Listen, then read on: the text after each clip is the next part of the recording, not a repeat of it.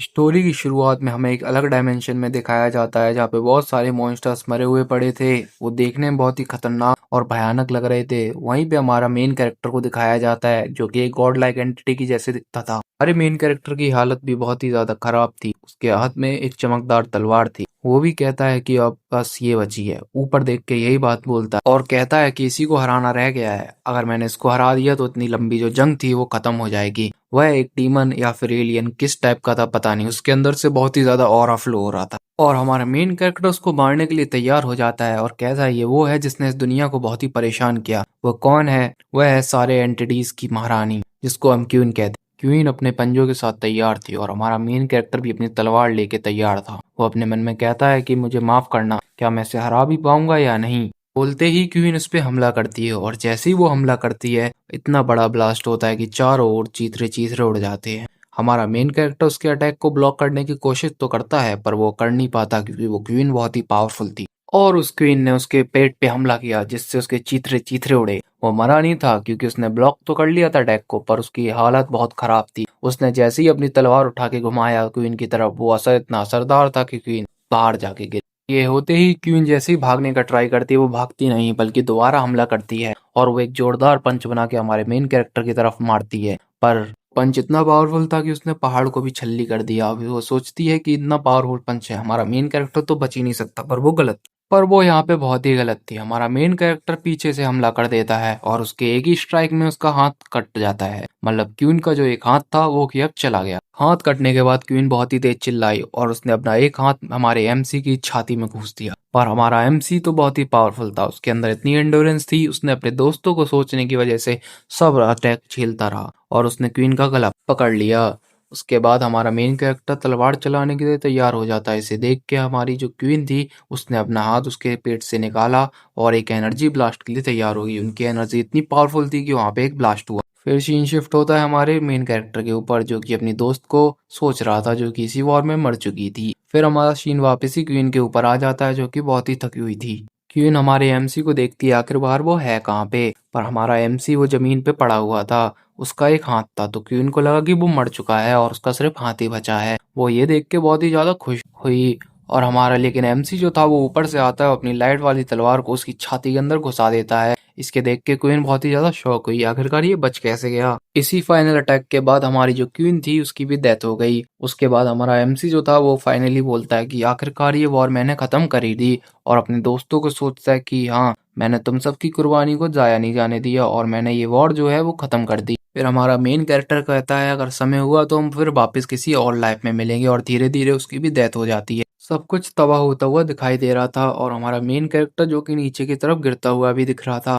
वो कहता है कि आखिरकार हमें सबका नाम क्या रखना चाहिए जो कि मॉन्स्टर्स को मारते हैं, तो उसने कहा कि हंटर्स रखेंगे। फिर सीन शिफ्ट होता है मॉडर्न वर्ल्ड में जहाँ पे हमें एक लड़की की आवाज सुनाई दे रही थी जो कि किसी को बुला रहा था। वो कहता है शुओ, शुओ कहाँ हो तुम, क्या तुम ठीक हो शुओ? और हमारा शुओ जैसे ही उठता है वो कहता है कि हाँ मैं ठीक तो हूँ, लगता मैं फिर अपने ख्यालों में खो गया था। फिर वो लड़का कहता है अगर तुम ऐसे ही ख्यालों में खोते रहे तो तुम्हें स्पेस आउट कर दिया जाएगा और तुम फिर फायर्ड हो जाओगे। दरअसल वो एक लड़ाई कर रहे थे मॉन्स्टर से जो कि खत्म हो चुकी थी। फिर हमें बताया जाता कि इस वर्ल्ड में अचानक से मॉन्स्टर स्वैम्प होना स्टार्ट हो गए थे। जो हंटर्स के पास अवेकन्स पावर थी वो उनसे फाइट करने के लिए आगे बढ़े। फिर सीन शिफ्ट होता है शुओ पे। शू आखिरकार शू है कौन? शू हमारा मेन कैरेक्टर है जो कि पास्ट लाइफ में वो हंटर था जो कि वापस रीइंकार्ट होता है इस बॉडी में। फिर हमें दिखाया जाता है जो हमारा मेन कैरेक्टर को जगा रहा था उसका नाम रिन होता है। वो बोलता है कि ये जगह मैं तुम पे छोड़ता हूँ, जल्दी से यहाँ काम करो वरना फिर लीडर आ जाएगा। और वहीं पे फिर लीडर आ जाता है। वो उनको गाली देते हुए कहता है कि तुम कचरों के डब्बे, तुमसे काम ढंग से नहीं होता, अगर तुम ऐसे ही काम करोगे तुम्हें फूटी कौड़ी भी नहीं मिलेगी।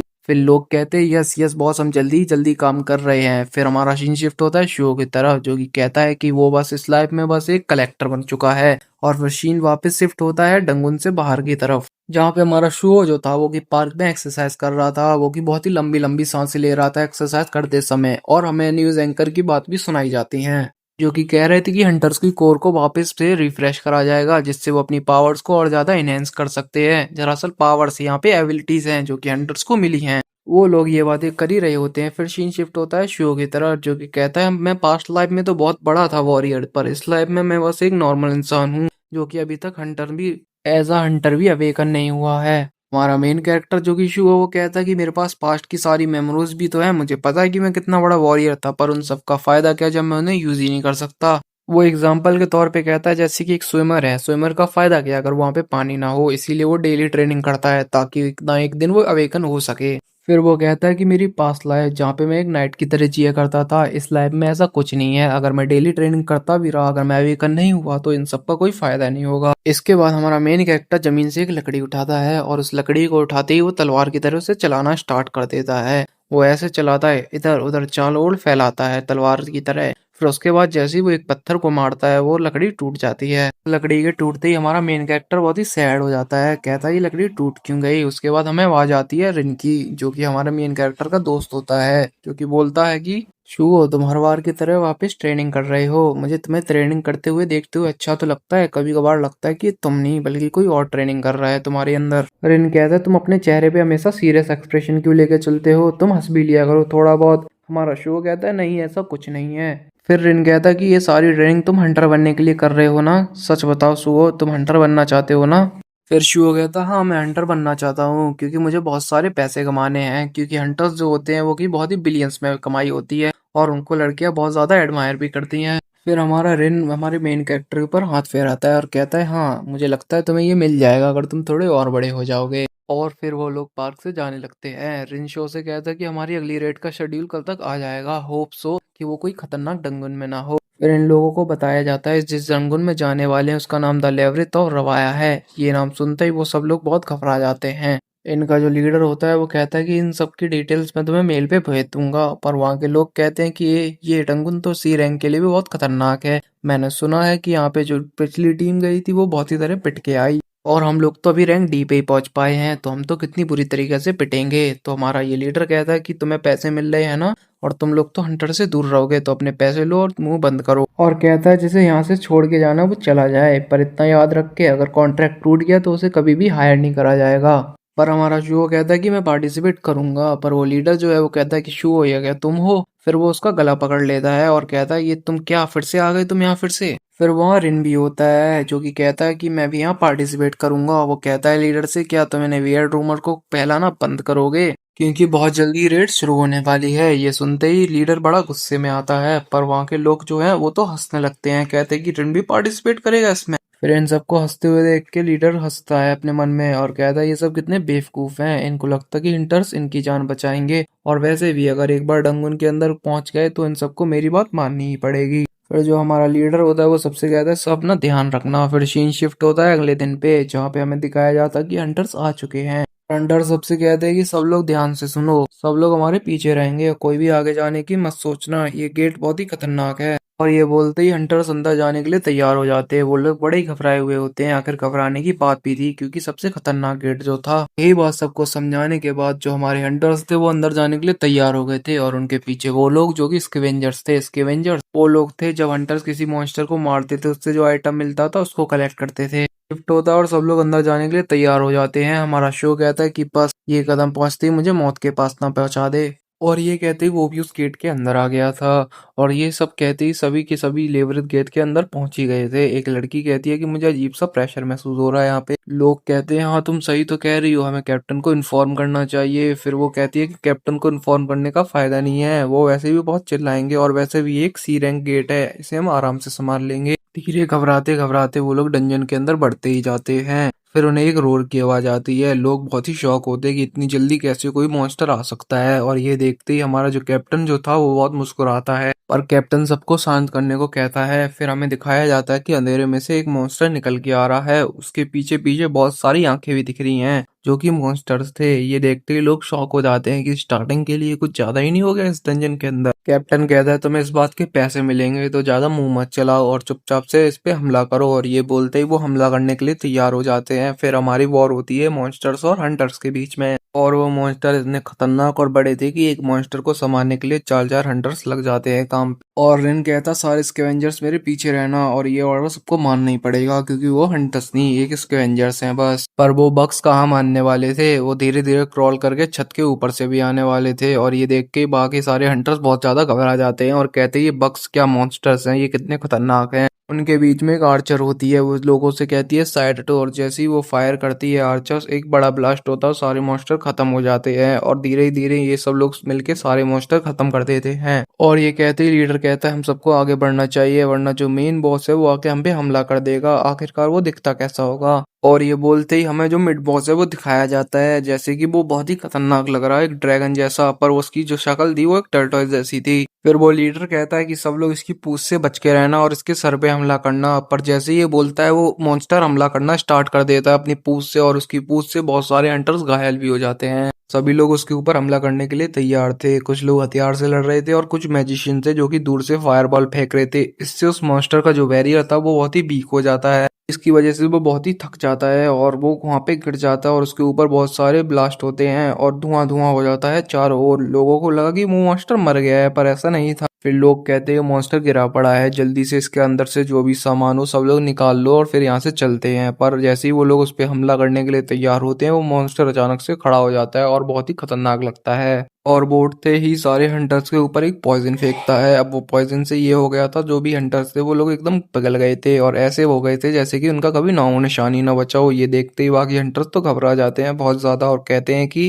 ये अपने मुंह से पॉइजन फेंक सकता है, ये बात हमें पहले बताई क्यों नहीं गई है। और ये बोलते ही रिन सबसे बोलता है सब लोग यहाँ से जल्दी भागो, अगर उसने तुम्हें टच कर लिया तो हम लोग जिंदा नहीं बचेंगे। और ये तो सुनते ही सब लोग भागते हैं वहां से। रेन वहां पे सभी लोगों की जान बचाने की कोशिश करता है और सबसे कहता है कि इसके जो पॉइजन है वो बहुत खतरनाक है, तुम्हारे वेपन और तुम्हें दोनों को पिघला के रख देंगे। और कहता है सारे हंटर्स को अंदर की तरफ भागना चाहिए उसकी पॉइजन से दूर। पर सारे हंटर क्या कर रहे हैं ये देखते ही शो कहता है कि ये तो बहुत ज्यादा हो गया यहाँ पे, ये क्या चल रहा है सब। और उनका जो कैप्टन था वो उनपे चिल्लाता है, कहते ये लोग क्या कर रहे हो तुम, इसकी चीज के तुम्हें पैसे चाहिए क्या? और ये बोलते ही कैप्टन सीधा उस मॉन्स्टर की तरफ हमला कर देता है और एक ही स्ट्राइक में उसका गर्दन अलग कर देता है। और गर्दन अलग करते ही सारे लोग कहते हैं ये हमारा कैप्टन है, इसने अकेले ही एक बॉस को हरा दिया, इसी रैंक से तो पक्का ऊपर ही होगा। उसके बाद कैप्टन कहता है कि ये बेवकूफो, तुम लोग यहाँ बकबक मत करो, चुपचाप से जल्दी सामान उठाओ और आगे बढ़ो। पर ये लोग कहते हैं कि तब हमें एक परछाई दिखाई जाती है, शैडो। उस मॉन्स्टर के मारने के बाद एक और मॉन्स्टर वहां पे अपीयर हो जाता है। ये देखते ही शुओ बहुत शौक में था, कहता है कि अभी तो मैंने मिड बॉस को हराया ही था और ये तो वापस आ गए, इतनी जल्दी कैसे हो गया ये सब। और ये बोलते ही हमारा शू कहता है ये तो इस डंजन का बॉस है, ये बॉस इतनी जल्दी यहाँ से कैसे आ गया? उसका नाम रिमेरा होता है और ये बॉस बहुत ही खतरनाक दिखता है। और हमारे लोग लीडर से कहते हैं ये बॉस इतनी जल्दी यहाँ कैसे आ गया? लीडर बोलता है सब लोग अपनी एंटीडोट को इंजेक्ट कर लो, वरना इसका जो पंख है अगर वो तुम्हारे ऊपर टच कर गया तो तुम लोगों की मेंटेलिटी करप्ट हो जाएगी और तुम लोग अपने आप में ही हो जाओगे, खो जाओगे बिल्कुल।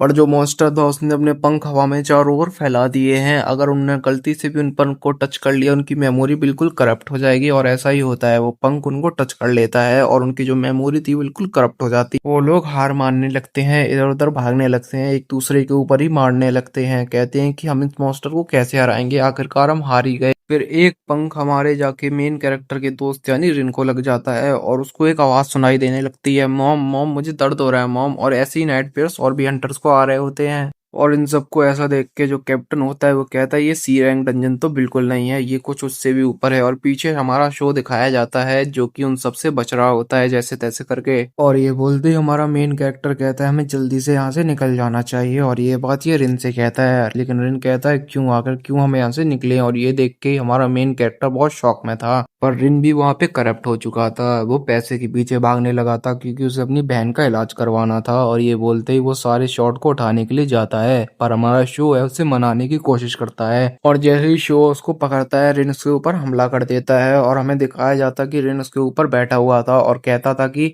जल्दी से तुम मुझे यहाँ से छोड़ दो, मुझे अपनी बहन का इलाज करवाना है। और ये बोलते ही उसके ऊपर हमला करता है, पर हमारा जो शो है वो उसको बहुत समझाने की कोशिश करता है, कहता है रिन होश में आओ, रिन होश में आओ। और रिन जैसे ही हमला करता है अपनी तलवार को शुओ के एकदम बगल में छोड़ देता है। फिर हमारा शुओ वापस उससे कहता है रिन रिन होश में आओ रिन। कहता है अगर तुम होश में नहीं आओगे तुम्हारी बहन को कैसे बचाया जाएगा, तुम साथ चलो मेरे, हम लोग मिलकर तुम्हारी बहन को बचा लेंगे। फिर थोड़ी देर बाद रिन होश में आ जाता है और कहता है शुओ मैंने तुम्हें कितनी तकलीफ दी है और ये बहुत ही बेकार बात है। और ये बोलते ही रिन उसके पीछे आ जाता है और उसके ऊपर एक हमला होता है जिसकी वजह से रिन की जो छाती है वो पूरी फट जाती है और बहुत ही ज्यादा खून बहता है। हमारा शुओ उसको पकड़ने के लिए जाता है और जैसे ही वो मरते हुए रिन को पकड़ता है रिन कहता है शुओ मैं तुम्हारे लिए काफी खुश हूँ क्योंकि तुम बिल्कुल ठीक हो और मेरी तरह मर नहीं रहे हो। और ये सब देखते ही हमारा शो बहुत ही ज्यादा ट्रॉमा में चला जाता है। फिर अगले सीन में हमें दिखाया जाता है लीडर जो कि करप्ट हो चुका था, और ये देखते ही हमारा शो बड़े शौक में हो जाता है। तब उसे एक सीन याद आता है जहाँ पे उसकी जो दोस्त थी वो भी इसी तरह मारी गई थी, और वो देख के वो बहुत ही गुस्से में आता है। कहता है कि रिन रिन की वजह से मुझे ताकत मिलती है, उसको किसी को तो बचाना था,